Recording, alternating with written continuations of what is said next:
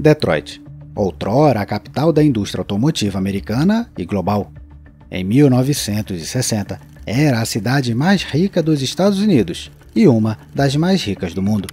50 anos depois, em 2013, a cidade estava muito mais próxima de ser chamada de capital da miséria, no cinturão da ferrugem.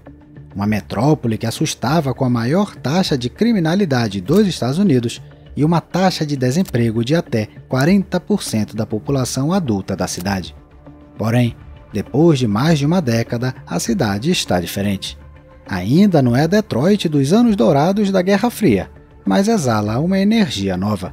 Hoje é um centro da indústria moderna, erguendo-se das ruínas, com uma taxa de desemprego de 8,9%. A nova vida de Detroit é em parte demonstrada pela conferência Reindustrializar 2024, realizada em junho deste ano e que contou com a presença de mais de 500 chefes de indústrias de todo os Estados Unidos. A sessão foi aberta pelo idealizador e co-organizador do evento, Chris Power, fundador da startup de automação industrial Hadrian. Em entrevistas, Power se gaba de ter vindo da Austrália para os Estados Unidos em 2019 com apenas $6 mil no bolso. No entanto, ele acreditava no sonho americano e que os Estados Unidos precisavam reconstruir sua indústria. 4 anos se passaram e a empresa Hadrian inaugurou 2 fábricas que geram uma receita de $20 milhões por ano. Power não teria alcançado esse sucesso se os investidores não tivessem investido $9,5 bilhões confiando em seus planos de negócios.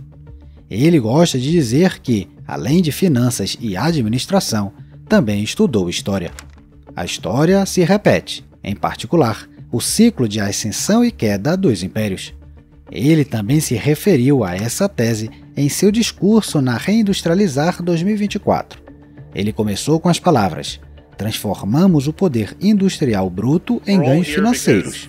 Hoje, estamos pagando pelos erros das décadas de 80 e 90, o mesmo erro que todo grande império comete.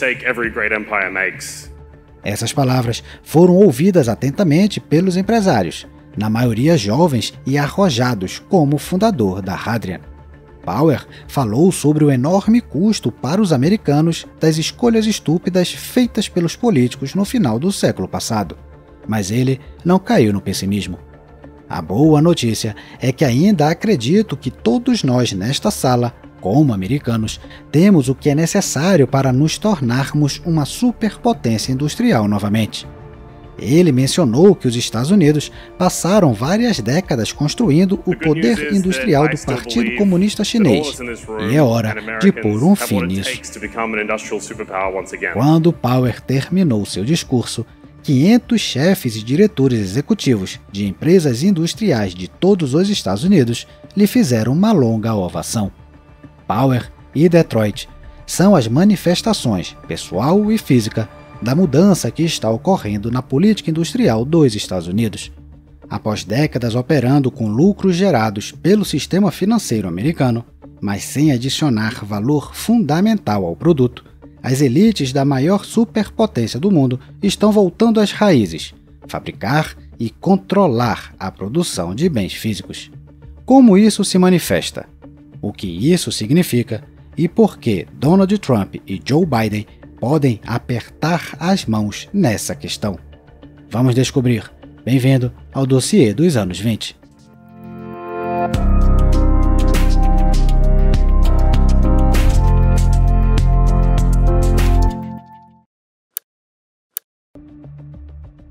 Observando os dados econômicos do Federal Reserve, é fácil ver que, nos Estados Unidos, a produção industrial cresceu desde a Segunda Guerra Mundial até 2008.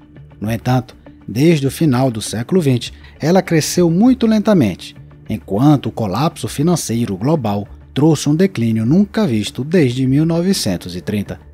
Após se recuperar da crise, conseguiu retornar aos níveis de 2008, seguido por completa estagnação que continuou até hoje. Este foi o preço da globalização promovida pelos Estados Unidos desde o final da Guerra Fria. Seus elementos mais essenciais tornaram-se a remoção de barreiras tarifárias no mundo, para promover o livre comércio e a realocação de empresas para o Extremo Oriente. A paralisação no desenvolvimento da indústria nos Estados Unidos coincidiu com a admissão do Reino do Meio na Organização Mundial do Comércio em 2001, sendo Bill Clinton um grande defensor. Logo, a participação da China nas exportações mundiais subiu de meros 2% para 15%, com as exportações focadas em produtos manufaturados. Isso fez do Estado comunista uma superpotência econômica.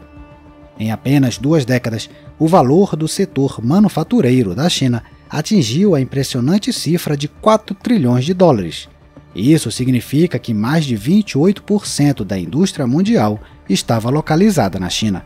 Em contraste, o valor do setor manufatureiro dos Estados Unidos parou em 2,33 trilhões de dólares. Depois de cair na estagnação, o último motor de crescimento da indústria era o aumento da produtividade dos americanos, mas isso também enfraqueceu.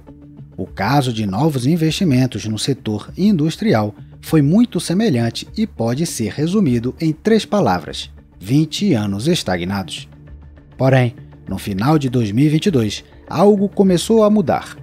Em vez de se assemelhar a um mar de ondas, como vinha acontecendo há anos, o gráfico de dinheiro investido na indústria dos Estados Unidos, de repente, começou a se comportar como um foguete Starship de Elon Musk decolando.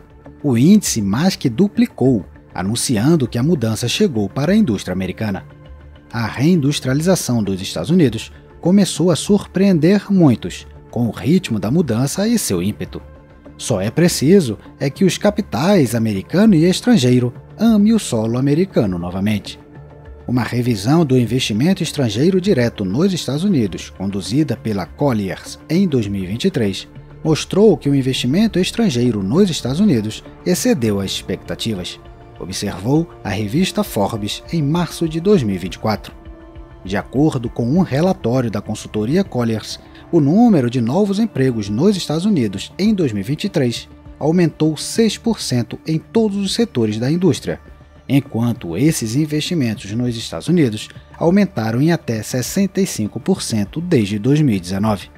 Apesar da narrativa popular de que os empregos na manufatura estão saindo dos Estados Unidos para a Ásia, o investimento asiático nos Estados Unidos permanece forte, com a Coreia do Sul liderando os investimentos.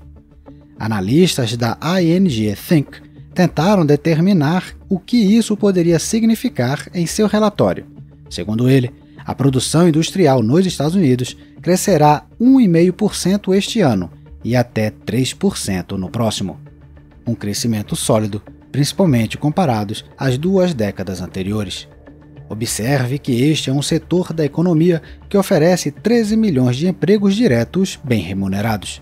Por mais de um século, a indústria foi a principal força motriz por trás do crescimento da prosperidade nos Estados Unidos e, portanto, garantiram a existência de uma classe média forte e o próprio poder do país.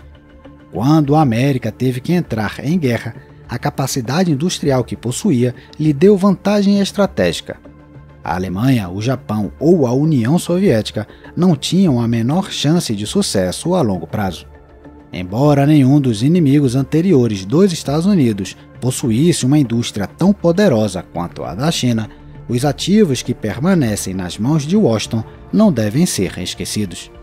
O produto interno bruto dos Estados Unidos ainda é visivelmente maior que o da China, e talvez mais importante, essa lacuna parou de diminuir e até começou a aumentar novamente. Segundo o FMI, em 2021, a diferença entre os concorrentes estava no nível mais baixo já registrado. A China era responsável por 75% do PIB dos Estados Unidos. Por 3 anos consecutivos, o PIB chinês cresceria 700 bilhões de dólares, enquanto o PIB dos Estados Unidos aumentaria 5,2 trilhões, elevando a proporção acima para 64% e, em termos nominais, para uma ninharia de 10 trilhões de dólares hoje. De acordo com o FMI, espera-se que essa lacuna permaneça por pelo menos mais 5 anos. Este é o resultado de outro atributo do poder da América: manter as chaves do cofre mais importante do sistema global, o dólar americano, cujo custo, quando impresso, naturalmente recai sobre o mundo inteiro. Com o retorno da indústria, o magnata adormecido está despertando para a vida. O avanço industrial que está ocorrendo na economia dos Estados Unidos começou a dar esperanças. Não é surpresa que os formuladores de política dos Estados Unidos queiram transformá-lo em ganhos políticos o mais rápido possível. 3 dias depois que Joe Biden desistiu de concorrer à reeleição, um extenso artigo de autopromoção descrevendo o progresso industrial feito sob o seu governo apareceu no site da Casa Branca. O documento começa: desde o primeiro dia, o presidente Biden e a vice Harris trabalharam para tornar o Made in America uma realidade. E segue uma série de elogios à pessoa que está deixando a cena política, Joe Biden, ao mesmo tempo que promove Kamala Harris. Sob o presidente Biden e a vice Harris, as empresas constroem fábricas que impulsionarão nossa economia nos próximos anos. O setor privado comprometeu quase 900 bilhões de dólares em investimentos na manufatura americana e em nosso setor de energia, incluindo setores centrais para nossa força industrial. A construção de fábricas dobrou depois de cair sob o governo anterior, destacou a ficha técnica. A última frase é uma cutucada no olho de Donald Trump. Deve-se notar que o programa de reindustrialização dos Estados Unidos, chamado Made in America, e alardeado pelo governo Biden, foi uma resposta de fato ao Make America Great Again de Trump. Em 2015, apesar da estagnação em que se encontrava a indústria, nem o presidente Barack Obama nem o Partido Democrata viram uma necessidade urgente de enfrentar o problema, mesmo que os efeitos da transferência da produção para a China já estivessem sendo sentidos. Se a economia dos Estados Unidos se recuperou rapidamente da crise financeira de 2008, o número de pobres nos Estados Unidos ultrapassou 46 milhões em 2011. Nunca na história dos Estados Unidos houve tantos deles. Como a ABC News observou em novembro de 2011, em comparação com a década de 90, os pobres são mais propensos a ser brancos, viver no meio-oeste, ter ensino médio e possuir uma casa. Um relatório do Brookings Institute dizia que, embora a taxa de pobreza ainda não existisse durante a Grande Depressão de 29, 1/3 das famílias americanas a estava enfrentando na época, de acordo com estimativas atuais. Em 2010, 15,1% das famílias americanas tinham renda abaixo da linha de pobreza. No entanto, como a população quase triplicou desde 1940, mais americanos estão na pobreza hoje do que durante a Grande Depressão, destacou o relatório. Ao mesmo tempo, o fenômeno do rápido empobrecimento afetou os antigos centros industriais localizados no meio-oeste dos Estados Unidos, prósperos há apenas uma geração antes. Esses estados eram Indiana, Illinois, Michigan, Missouri, Ohio, Wisconsin, Pensilvânia, Virgínia Ocidental e Nova York. A área de pobreza resultante da desindustrialização ficou conhecida como Cinturão da Ferrugem. Sociólogos que estudam o fenômeno citaram como principais flagelos sociais o alto desemprego, que anda de mãos dadas com altos índices de criminalidade, abuso de drogas e famílias desfeitas. Isso foi acompanhado por declínio na educação e nos serviços públicos.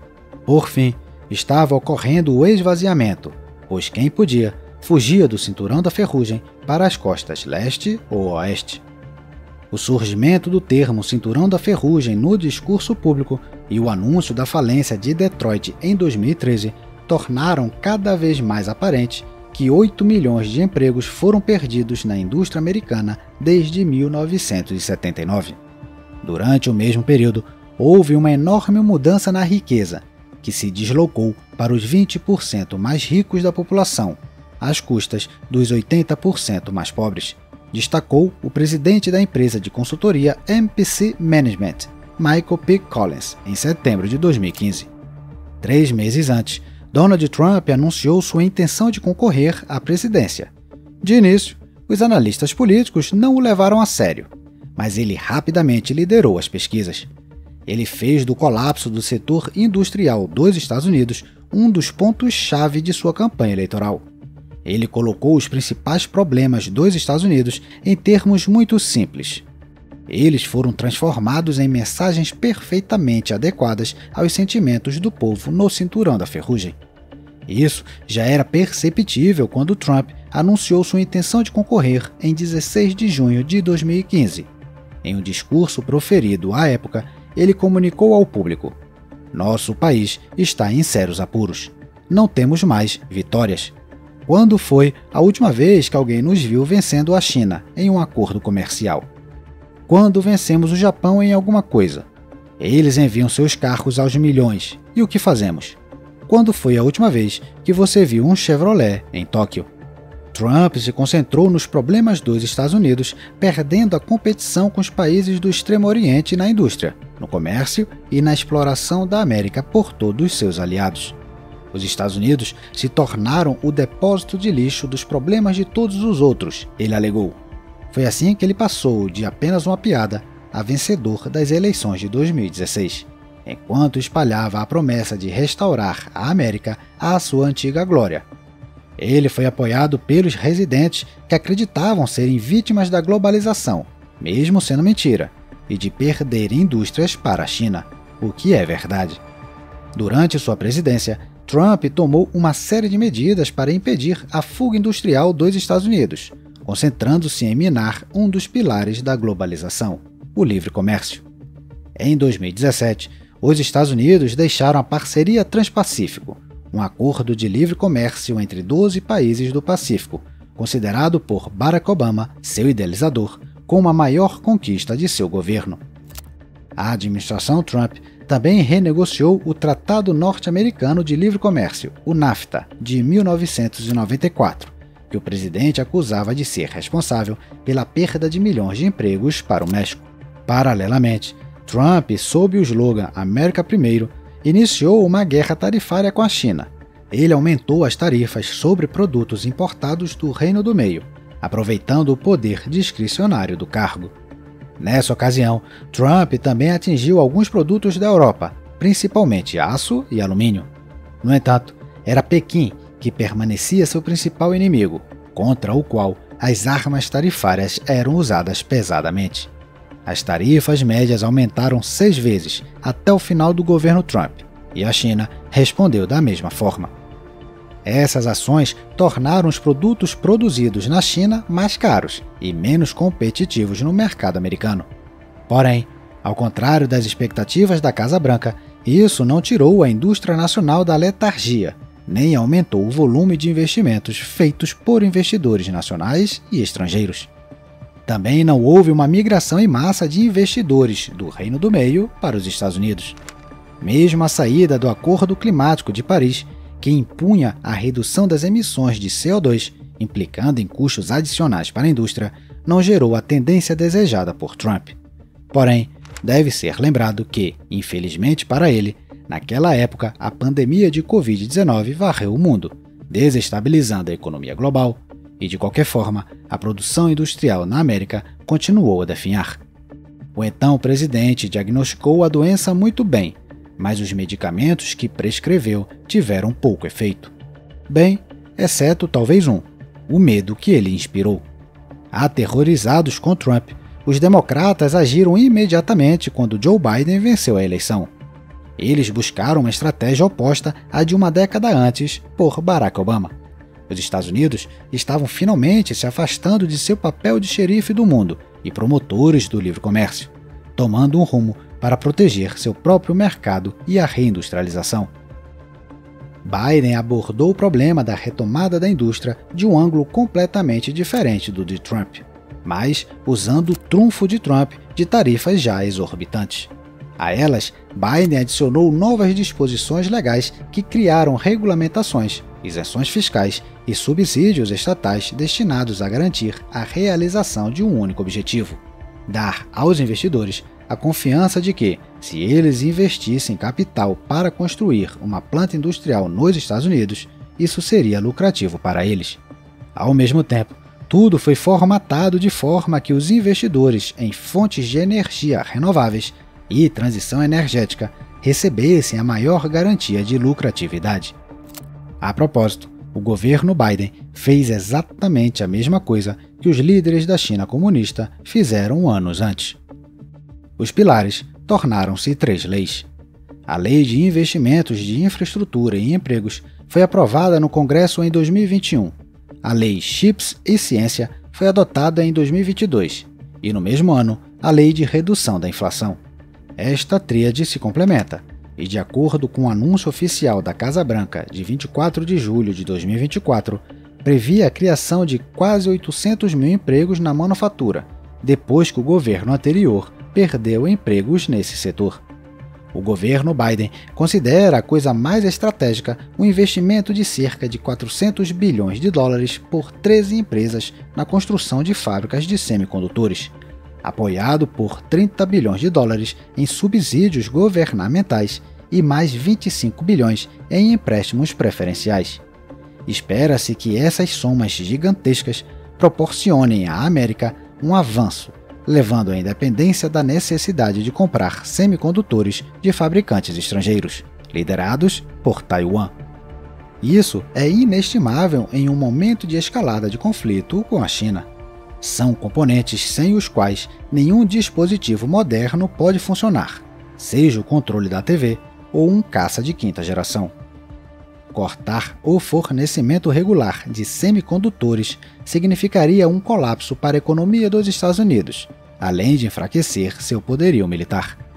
Em 2022, o Centro de Estudos Estratégicos e Internacionais descreveu o problema da seguinte forma: todos os principais sistemas e plataformas de defesa dos Estados Unidos dependem de semicondutores. Consequentemente, a erosão da capacidade americana de microeletrônica representa uma ameaça direta à capacidade dos Estados Unidos de defender a si e a seus aliados. De acordo com os autores do relatório, sem a produção de seus próprios semicondutores, os Estados Unidos estavam fadados a perder a capacidade de defender seu próprio território. Portanto, até mesmo o Departamento de Defesa, como parte da reindustrialização, começou a financiar novos centros de pesquisa com seu orçamento, dedicados ao desenvolvimento e implementação de tecnologias de semicondutores. O comunicado informativo da Casa Branca de julho de 24 enfatiza que estamos no caminho certo para revitalizar nossa indústria de semicondutores, criando mais de 100 mil empregos em todo o país. A Intel, usando o apoio garantido pela Lei Chips e Ciência, investiu 20 bilhões de dólares em novas fábricas de semicondutores em Ohio, e a fabricante taiwanesa TSMC investiu 65 bilhões de dólares em 3 novas fábricas no Arizona, recebendo 6,6 bilhões em apoio do governo dos Estados Unidos. A empresa asiática quer começar a fabricar semicondutores já em 2025. No entanto, várias reclamações de novos funcionários da TSMC, chocados com o ritmo de trabalho impostos pelos taiwaneses, vazaram para a mídia americana. Em resposta, o diretor de comunicação da subsidiária da corporação no Arizona, Richard Liu, disse que, para ajudar a lidar com o conflito cultural, a TSMC está enviando funcionários americanos para Taiwan para observar o modo de vida taiwanês. Ao mesmo tempo, está treinando seus gerentes para ajudá-los a interagir melhor com os funcionários americanos. Por outro lado, a possibilidade de não executar os investimentos definidos não é considerada na TSMC, e sua execução significa a transferência da produção de Taiwan para os Estados Unidos. Nesse contexto, vejamos a Europa. Antes da aprovação das 3 leis de Biden, a Intel revelou planos de investimento naquele continente. Um centro de pesquisa e desenvolvimento para inteligência artificial e supercomputadores seria construído na França, e uma fábrica de semicondutores de 4 bilhões e meio de euros na Itália. Para completar o pacote, uma fábrica 2 vezes maior na Alemanha e uma menor na Polônia. No início de julho de 2024, a alta gerência da Intel, sem muito alarde, decidiu que os investimentos de França e Itália não seriam concluídos em um futuro próximo. Isso foi explicado pelas dificuldades em que a empresa havia caído e pela ameaça de perdas financeiras. No caso da fábrica na Alemanha, para concluir o projeto, a empresa espera subsídios superiores a 10 bilhões de euros do governo alemão. Os efeitos do protecionismo americano e o início da batalha da reindustrialização já começaram a ser sentidos pela China e pela Europa. Por exemplo, considere a Lei Construa e Compre na América, aprovada em novembro de 2021, ou a já mencionada Lei de Investimento em Infraestrutura e Empregos. Elas determinam, entre outras coisas, que qualquer produto comprado pelo governo federal deve consistir em 65% de componentes fabricados nos Estados Unidos, com esse limite sendo elevado para 75% em 2029. O mesmo ocorre com os subsídios ao investimento. Assim, se o programa governamental para a implementação de internet banda larga planeja gastar 42,4 bilhões de dólares para expandir a rede lá nos Estados Unidos, todos os tipos de equipamentos técnicos para ela terão que ser fabricados localmente.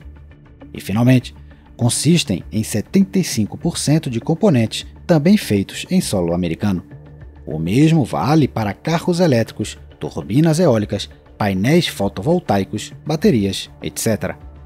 O governo Biden ofereceu um amplo pacote de apoio a investimentos relacionados à produção de equipamentos críticos para a grande transição energética e o abandono de combustíveis fósseis, mas, em troca, exige sua americanização. Assim, de acordo com o padrão já em vigor hoje, nada menos que 40% dos componentes de uma bateria fabricada nos Estados Unidos devem ser feitos de componentes também fabricados lá. Mas, em 2026, esse limite aumentará automaticamente para 80%. Os investidores toparam, e como a Casa Branca se gaba, desde que o presidente Biden e a vice-presidente Harris assumiram o cargo, as empresas anunciaram mais de 250 bilhões de dólares em investimentos em energia limpa e fabricação de veículos elétricos nos Estados Unidos. Enquanto isso, o pacote ainda inclui outros 20 bilhões em garantias para atualizar e expandir a infraestrutura portuária nos Estados Unidos. Mas apenas empresas que operam na América e usam máquinas americanas podem participar deste programa. Por esse motivo, o conglomerado japonês Mitsui e sua subsidiária americana Paceco decidiram transferir a produção de guindastes para solo americano. Após 30 anos, esses dispositivos especializados serão novamente fabricados nos Estados Unidos. O Departamento de Segurança Interna também desempenhou seu papel aqui. Em 2024, decretos presidenciais estipularam novas regulamentações preparadas por esse departamento. Elas diziam respeito à segurança de navios, portos e instalações, bem como à segurança cibernética. Depois que os regulamentos entraram em vigor, os equipamentos portuários fabricados na China, incluindo guindastes, provaram ser uma ameaça à segurança nacional dos Estados Unidos. Então, a única coisa que resta para a Mitsui é realocar suas fábricas para os Estados Unidos. Mas os japoneses não devem reclamar, tendo eliminado os concorrentes chineses. Há muitos outros exemplos de como os americanos começaram a jogar. Gastar 3 bilhões de fundos federais em projetos de trens de alta velocidade seguirá as mesmas regras. Assim como o subsídio à expansão de 40 fábricas de carregadores para carros elétricos e o desenvolvimento de redes de carregadores em todo o país. Esta nova política para carregadores de elétricos restaurou os padrões nacionais e deu tempo para que as cadeias de suprimentos se ajustassem, para que a capacidade de fabricação desses componentes possa aumentar a produção. Gabou-se a Casa Branca em seu anúncio de julho deste ano. A soma planejada para apoiar o desenvolvimento de uma rede de carregadores fabricados nos Estados Unidos é de 7,5 bilhões de dólares. Esse padrão de ação pode ser repetido pelo governo para qualquer indústria que considere promissora ou estratégica. Mas para Biden, a prioridade tem sido o investimento em setores relacionados à geração de energia limpa e transição energética.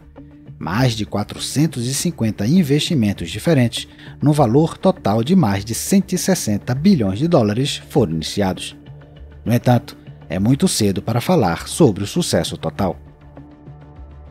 No plano de reindustrialização dos Estados Unidos, empreendido pelo governo Biden, suas fraquezas também começaram a se manifestar. Típico de empreendimentos baseados em planejamento central. De acordo com descobertas feitas por jornalistas do Financial Times em agosto deste ano, até 40% dos principais projetos de produção apoiados pela Lei da Redução da Inflação, ou seja, as indústrias de eletromobilidade e transição energética, sofreram atrasos na implementação ou foram interrompidos. O Financial Times cita como razões para isso o enfraquecimento da demanda por tais produtos industriais, especialmente carros elétricos.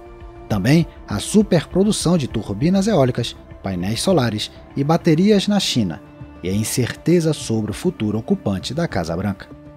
Como observa o Financial Times, embora os créditos fiscais estejam em vigor até 2032 e a lei de chips conceda financiamento generoso, as empresas não podem receber financiamento até que atinjam certos marcos de produção. Por sua vez, eles têm medo de começar a investir hoje, antes que o novo governo confirme que os subsídios permanecerão. Além disso, há a turbulência que afeta os mercados financeiros. Ela está alimentando temores de que a economia dos Estados Unidos possa enfrentar uma recessão em breve. E isso não é bom para novos investimentos, especialmente no setor industrial. No entanto, isso não reverterá uma coisa: a mudança dramática na visão de como o modelo de desenvolvimento econômico dos Estados Unidos deve ser no futuro. Tanto republicanos quanto democratas já concordam que o livre comércio e o livre fluxo de investimentos e capital não atendem mais à nação americana. Como um grande transatlântico, a América não podia dar uma guinada de 180 graus, mas depois de anos ela conseguiu. Agora, a prioridade passou a ser a indústria nacional, encurtando as cadeias de abastecimento, atraindo investidores de todo o mundo, protegendo os empregos domésticos e o seu próprio mercado. Por fim, autossuficiência em áreas da economia consideradas estratégicas. Esta descrição se encaixa perfeitamente com a estratégia de desenvolvimento chinesa já adotada no início do século XXI. As grandes mudanças que estão ocorrendo nos Estados Unidos podem ser ilustradas por um artigo do Dr. Stephen Leszak, publicado no New York Times. O palestrante das universidades de Cambridge e Oxford, especializado em clima, pede a restauração da mineração nos Estados Unidos, principalmente a mineração de lítio e terras raras. Para além de questões estratégicas, coloca em primeiro plano questões éticas.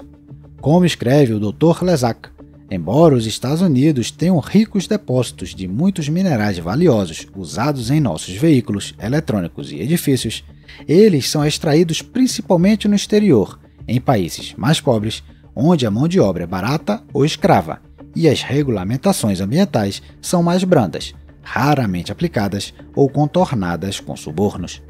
Ele continua adicionando uma longa lista de exemplos dos danos causados pela mudança da indústria de mineração para fora dos Estados Unidos. Ele lista o trabalho infantil e violência sexual na África, a destruição de florestas na Indonésia e a contaminação de águas na Mongólia. Todos esses infortúnios, para o autor, poderiam ser reduzidos se a extração de matérias-primas necessárias à transição energética fosse realizada em solo americano. A forma ética e estratégica de lidar com essa situação é encorajar o governo e os ambientalistas a devolver essa indústria aos Estados Unidos e mantê-la nos mais altos padrões de sustentabilidade. Isso em um jornal que apoia o Partido Democrata. O texto se encaixa bem com os esforços não tão expostos do Escritório de Energia Fóssil e Gestão de Carbono do governo, que tem apoiado projetos nos Estados Unidos desde 2022 para localizar e iniciar a exploração de depósitos de terras raras e outras matérias-primas consideradas estratégicas, lançando as bases para a reconstrução da indústria mineradora nos Estados Unidos. A coisa toda pode ser resumida em uma frase: a política industrial retornou triunfamente a Washington após décadas de ato, e seja quem for o novo ocupante da Casa Branca, ela permanecerá na capital americana. A última grande ultrapassagem na corrida econômica entre as superpotências aconteceu há cerca de um século e meio. Naquela época, quando a Grã-Bretanha e sua marinha eram as guardiãs do livre comércio em escala global, o Reino Unido podia se orgulhar de que, em 1871, sua indústria era responsável por 31,8% da produção industrial mundial. No mesmo ano, os Estados Unidos já ocupavam o segundo lugar no ranking, gerando 23,3% da produção industrial. O terceiro lugar era ocupado pela recém-unificada Alemanha, cuja indústria garantia 13,2% da produção global. No entanto, em um curto período, os americanos deram um salto simplesmente inimaginável, muito semelhante ao realizado pela China no século XXI. Já em 1906, a indústria americana representava 35,3% da produção mundial, enquanto a alemã representava 15,9% e a britânica 14,7%. É importante ressaltar que nem a Grã-Bretanha nem a Alemanha deixaram de crescer durante esse período. A impressão de estagnação dessas duas potências europeias se deve ao fato de que os Estados Unidos dispararam, crescendo até 5 vezes mais rápido que eles. A disparidade aumentou ainda mais antes da eclosão da Primeira Guerra Mundial. Após a guerra, foi mera formalidade para a Grã-Bretanha aceitar que o papel de país mais poderoso do mundo estava sendo assumido pelos Estados Unidos. A Primeira Guerra Mundial apenas tornou mais fácil para os britânicos, severamente enfraquecidos pelo conflito, engolirem essa pílula amarga. Vale a pena traçar como essa troca de liderança ocorreu. Desde as guerras napoleônicas e a quebra do poder da França, a Grã-Bretanha defendia o livre comércio em escala global. Isso garantia o desenvolvimento econômico da maior potência colonial do mundo. Frotas mercantes, empresas comerciais, bancos, a Bolsa de Valores de Londres, um grande número de investidores, todos lucravam com o comércio global. No caso da indústria britânica, ela adaptou seu desenvolvimento à demanda gerada pelo mercado interno e pelas colônias. Já em 1840, o ministro das Relações Exteriores, Lord Palmerston, em carta enviada ao governador-geral da Índia, Lord Auckland, explicava que a concorrência entre produtos de fábricas de diferentes países na Europa estava se intensificando. Ele escreveu: "Para competir com as manufaturas europeias, devemos rapidamente excluir nossas produções dos mercados europeus. Portanto, é necessário esforçar-se para encontrar novos mercados para a nossa indústria em outras partes do mundo. Se obtivermos sucesso em nossa expedição na China, Abissínia, Arábia, os países do Indo-Pacífico logo se tornarão uma extensão para nosso comércio." Logo depois, a colonização britânica da China tornou-se um mercado adicional para a economia do Reino Unido. A China acabava por entregar suas riquezas, prata, chá, artesanato, em troca de ópio, mais barato de produzir. A maior força da Grã-Bretanha, que garantia seu domínio econômico em escala global, se voltou contra ela após a unificação da Alemanha. Sob Bismarck, o Segundo Reich seguiu uma política econômica protecionista, apoiando a indústria nacional. O chanceler de ferro utilizou uma enorme contribuição de 5 bilhões de francos em ouro, paga pela França após a derrota na guerra, como capital inicial. A maior parte foi direcionada ao sistema bancário e a investimentos em infraestrutura. O acesso a crédito barato impulsionou o boom econômico no Segundo Reich. Investidores construíram 20 mil quilômetros de ferrovias, enquanto cerca de 900 novas empresas, principalmente do setor industrial, começaram a oferecer ações na Bolsa de Valores de Berlim. O governo as apoiava com tarifas protecionistas. A fábrica Krupp, que empregava mais de 70 mil trabalhadores, tornou-se o maior conglomerado da Europa. A empresa, que produzia aço e armas de excelente qualidade, mostrou-se capaz de lançar produtos novos e em constante aprimoramento técnico, conquistando mercados em outros países. Enquanto isso, as siderúrgicas britânicas, muito menores, não tiveram que enfrentar nenhum concorrente sério por décadas. O acesso fácil aos mercados coloniais não as forçava à inovação nem à criação de corporações. Esse fato teve um significado enorme. pois o aço era o principal produto industrial no século XIX. Era com ele que eram construídos milhares de quilômetros de ferrovias, todos os tipos de máquinas, armas, pontes e edifícios. Em poucos anos, a Krupp, apoiada por seu governo, eliminou as siderúrgicas britânicas dos mercados europeus. O mesmo aconteceu em outros setores da economia: química, têxteis, maquinário. Para piorar, Londres deu um tiro no pé no início da Segunda Revolução Industrial, impulsionada pela motorização e eletrificação. Em 1865, o parlamento britânico aprovou a Lei Bandeira Vermelha, que obrigava que um homem andasse à frente de todo o carro com uma bandeira de advertência. Nas 2 décadas seguintes, a lei prejudicou a então promissora indústria automobilística da Inglaterra e a Alemanha tornou-se o centro europeu. Foi na Alemanha que se produziu o maior número de veículos e motores de combustão interna.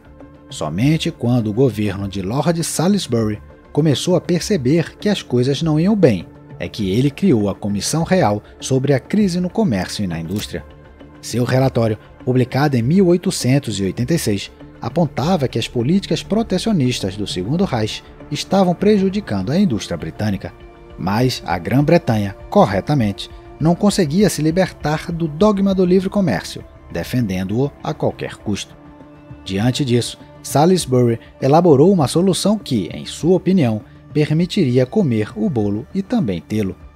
Por iniciativa do primeiro-ministro, a Câmara dos Comuns aprovou uma lei em 1887 que tornava obrigatória a rotulagem de produtos alemães, como Made in Germany. Robert Salisbury acreditava que, ao verem tal aviso, os britânicos optariam por produtos nacionais. Contudo, a indicação de que algo era feito na Alemanha rapidamente se tornou um símbolo de qualidade superior, pois os produtos da indústria alemã, forçados a lutar por novos mercados, acabaram sendo melhores que os britânicos. Londres, porém, ainda relutava em iniciar uma guerra tarifária, pois o governo acreditava que o comércio britânico seria o mais prejudicado. Assim, o governo Salisbury iniciou conversas com Bismarck sobre cooperação. Este último concordou em flexibilizar as políticas protecionistas, e na última década do século XIX, embora a economia alemã já estivesse crescendo mais rápido que a britânica, o conflito foi amenizado. Porém, as potências europeias, preocupadas consigo mesmas, perderam completamente de vista o momento de entrada dos Estados Unidos no jogo. Se alguém fosse procurar um símbolo que ilustrasse como os Estados Unidos se tornaram a maior potência industrial do mundo, seria o processo Bessemer. Combinou a chance da Grã-Bretanha de manter seu domínio, que foi desperdiçado, com a forma como a oportunidade foi aproveitada pelos americanos e mais ninguém. A segunda metade do século XIX foi caracterizada por uma fome constante por aço devido à produção insuficiente. Em um forno metalúrgico clássico, uma fusão de ferro, juntamente com a complementação da composição do ferro gusa com carvão e outros aditivos, levava cerca de uma semana. Foi só com o inventor inglês Harry Bessemer que, em 3 semanas, ele projetou um modelo de forno inovador em forma de pera, com um soprador adicionado a ele. O soprador aumentou a temperatura de combustão e permitiu a remoção mais rápida de impurezas do ferro gusa. Quando ele apresentou a pera Bessemer em 24 de agosto de 1856, ela fundiu aço de qualidade em apenas 20 minutos. Ao fazer isso, ele usou 7 vezes menos carvão do que o necessário em um forno clássico por fusão. Esta foi uma revolução da mesma dimensão que a invenção da máquina a vapor. Mas quando o processo de Bessemer começou a ser repetido em seu conversor, aço de péssima qualidade foi obtido. Foi só em 1878 que o metalúrgico galês Sidney Gilchrist Thomas descobriu o problema. Durante sua primeira demonstração de fundição, Bessemer usou acidentalmente ferro contaminado com fósforo. Com essa adição, ele obteve aço de altíssima qualidade. Mas a descoberta de Thomas não interessou a nenhuma siderúrgica britânica. Enquanto isso, descobriu-se que Bessemer comprou de volta a patente de sua invenção a projetista de locomotivas e fundador da American Society of Engineers, Alexander Holley. Um imigrante da Escócia, Andrew Carnegie, fez parceria com ele. Ele reuniu um grupo de empresários dispostos a criar uma empresa metalúrgica. Ele calculou que sua usina siderúrgica de última geração poderia produzir 1 tonelada de trilhos por $69. As siderúrgicas tradicionais não podiam abaixar de $100. Logo, Carnegie eliminou impiedosamente os concorrentes do mercado. Quando qualquer uma das siderúrgicas concorrentes se endividava, ele as comprava. A Carnegie Steel assumiu a maioria das siderúrgicas americanas em 2 décadas e as modernizou. Os produtos das siderúrgicas britânicas desapareceram dos Estados Unidos. No entanto, a única coisa que Carnegie não conseguiu fazer foi expulsar os produtores da Krupp. Seu rival mais formidável foi tão rápido quanto ele na introdução de novas formas de fundir aço. Ele também recorreu à tecnologia desenvolvida por Pierre Martin. O francês percebeu que muita energia era perdida no processo Bessemer, ao soprar ferro fundido com ar frio. Então, ele o substituiu por gás obtido pela queima de pó de carvão. O forno Siemens Martin fundia aço mais lentamente do que o de Bessemer, mas o custo de produção caiu. Como resultado, ferrovias e arranha-céus foram construídos com aço alemão nos Estados Unidos, e a Carnegie Steel assinava contratos governamentais, como o de fornecimento de aço para a Marinha dos Estados Unidos, que se expandia rapidamente. Isso aconteceu porque Washington, tal como Londres, defendia a posição de que o livre comércio e poucas tarifas eram os pilares para a riqueza. Até que a agitação social sacudiu o país. Trabalhadores mal pagos, trabalhando 12 horas por dia e constantemente sob o risco de demissão, se revoltaram. Quanto maiores e mais violentas eram as manifestações, mais violentamente elas eram reprimidas. O ápice da revolta ocorreu nos famosos tumultos de Chicago, que eclodiram em 1º de maio de 1886, onde 6 policiais e dezenas de trabalhadores foram mortos. Muitos políticos passaram a adotar a causa dos trabalhadores, mas um deles o fez de maneira incomum. William McKinley iniciou sua carreira política em 1876, assumindo a defesa de mineiros presos após uma greve e confronto com a polícia. De graça. Apesar do caso parecer sem esperança, McKinley se provou um brilhante advogado e conseguiu a absolvição dos mineiros. Com isso, ele conquistou a simpatia dos trabalhadores de Ohio. Então, Rutherford Hayes, concorrendo à presidência, convenceu o amigo a concorrer à Câmara dos Representantes. Como congressista, McKinley se dedicou não apenas aos direitos trabalhistas, atraindo votos para o Partido Republicano, mas também à promoção da ideia de que os Estados Unidos deveriam impor tarifas para proteger a mineração e a indústria doméstica. E isso irritou os republicanos. Porém, como parlamentar, ele lutou pela implementação da medida, e após grandes protestos trabalhistas no final da década de 1880, ele conseguiu o que queria. Em 1890, o Congresso aprovou as tarifas McKinley. Logo, ele foi eleito governador de Ohio e, em 1896, presidente.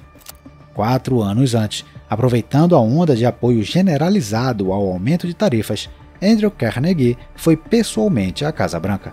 O presidente Grover Cleveland, que lá residia, foi facilmente convencido de que precisava impor altas tarifas sobre produtos de aço estrangeiros. Assim, a empresa Krupp foi expulsa dos Estados Unidos. É fácil rastrear nos registros contábeis o impacto dessa decisão nos lucros da Carnegie Steel. Em 1893, a empresa teve $3 milhões de lucro líquido. 7 anos depois, esse valor era de 21 milhões, 7 vezes mais. Andrew Carnegie então se tornou o homem mais rico do planeta antes de John D. Rockefeller, que por sua vez foi superado por J.P. Morgan no início do século XX. De fato, a ruptura dos Estados Unidos com o livre comércio e baixas tarifas foi acompanhada pela ascensão de grandes monopólios, chamados de trusts.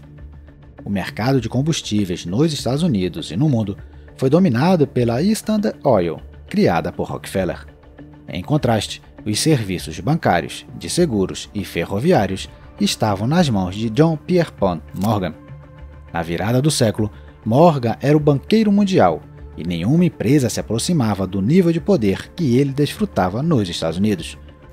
Nenhuma empresa europeia conseguiu competir com as corporações americanas da época. Até a Krupp parecia apenas mediana.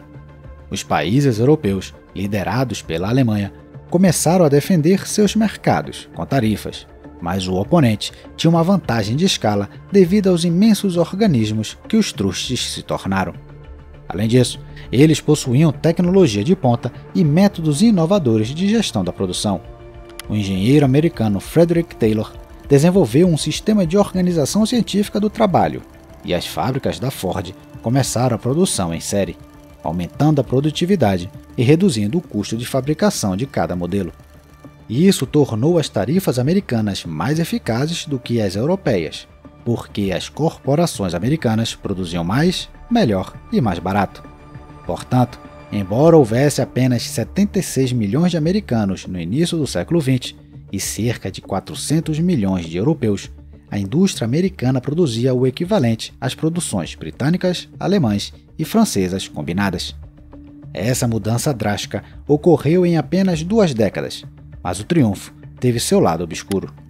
O poder dos trustes nos Estados Unidos foi construído pelo conluio com o governo. Os monopólios no mercado não significavam preços maiores, pois não havia barreiras para novos entrantes. Porém, pedindo favores ao Estado, isso mudou, mas para toda ação na natureza há uma reação igual e oposta. E assim, o presidente mais jovem na história dos Estados Unidos até hoje surgiu na cena política. Theodore Roosevelt tinha apenas 43 anos no momento de sua posse como presidente. No topo do Partido Republicano, ele não despertou entusiasmo. Temiam que alguém que não podia ser domado de forma alguma estivesse chegando ao poder. Esses medos foram confirmados. Grandes corporações existem apenas porque são criadas e protegidas por nossas instituições, disse o presidente, acrescentando que, portanto, é nosso direito e dever garantir que elas trabalhem em harmonia com essas instituições. Foi assim que Roosevelt iniciou sua guerra contra os trustes, usando a lei antitruste e o Departamento de Justiça. Foi concluída pelo presidente Woodrow Wilson. Na prática, até 1913, todos os grandes monopólios dos Estados Unidos haviam sido desmantelados e divididos em várias empresas menores. Os americanos comuns sentiram isso em suas carteiras, com a perda de economia de escala. Para a sorte dos Estados Unidos, a Europa cometia suicídio coletivo, a Primeira Guerra Mundial. Depois dela, por quase um século, nenhum outro país conseguiu sequer se aproximar do poderio americano. Em resumo, ao mencionar como a Grã-Bretanha deixou de ser a maior economia do mundo para os Estados Unidos, mesmo antes de perder seu império colonial e seu status de mais poderosa das superpotências, vale destacar algumas coisas. Os britânicos tinham todos os recursos de que precisavam para não perder a segunda revolução industrial, incluindo tecnologias inovadoras e o capital necessário para modernizar a indústria. Porém, eles não apenas deixaram de aproveitar essas oportunidades, como também fizeram esforço para sabotá-las, incluindo a introdução de leis paralisantes. Apesar das aparências, essas ações não foram totalmente irracionais. O Império Britânico havia criado uma ordem econômica e política global décadas antes, que havia sido um sucesso espetacular.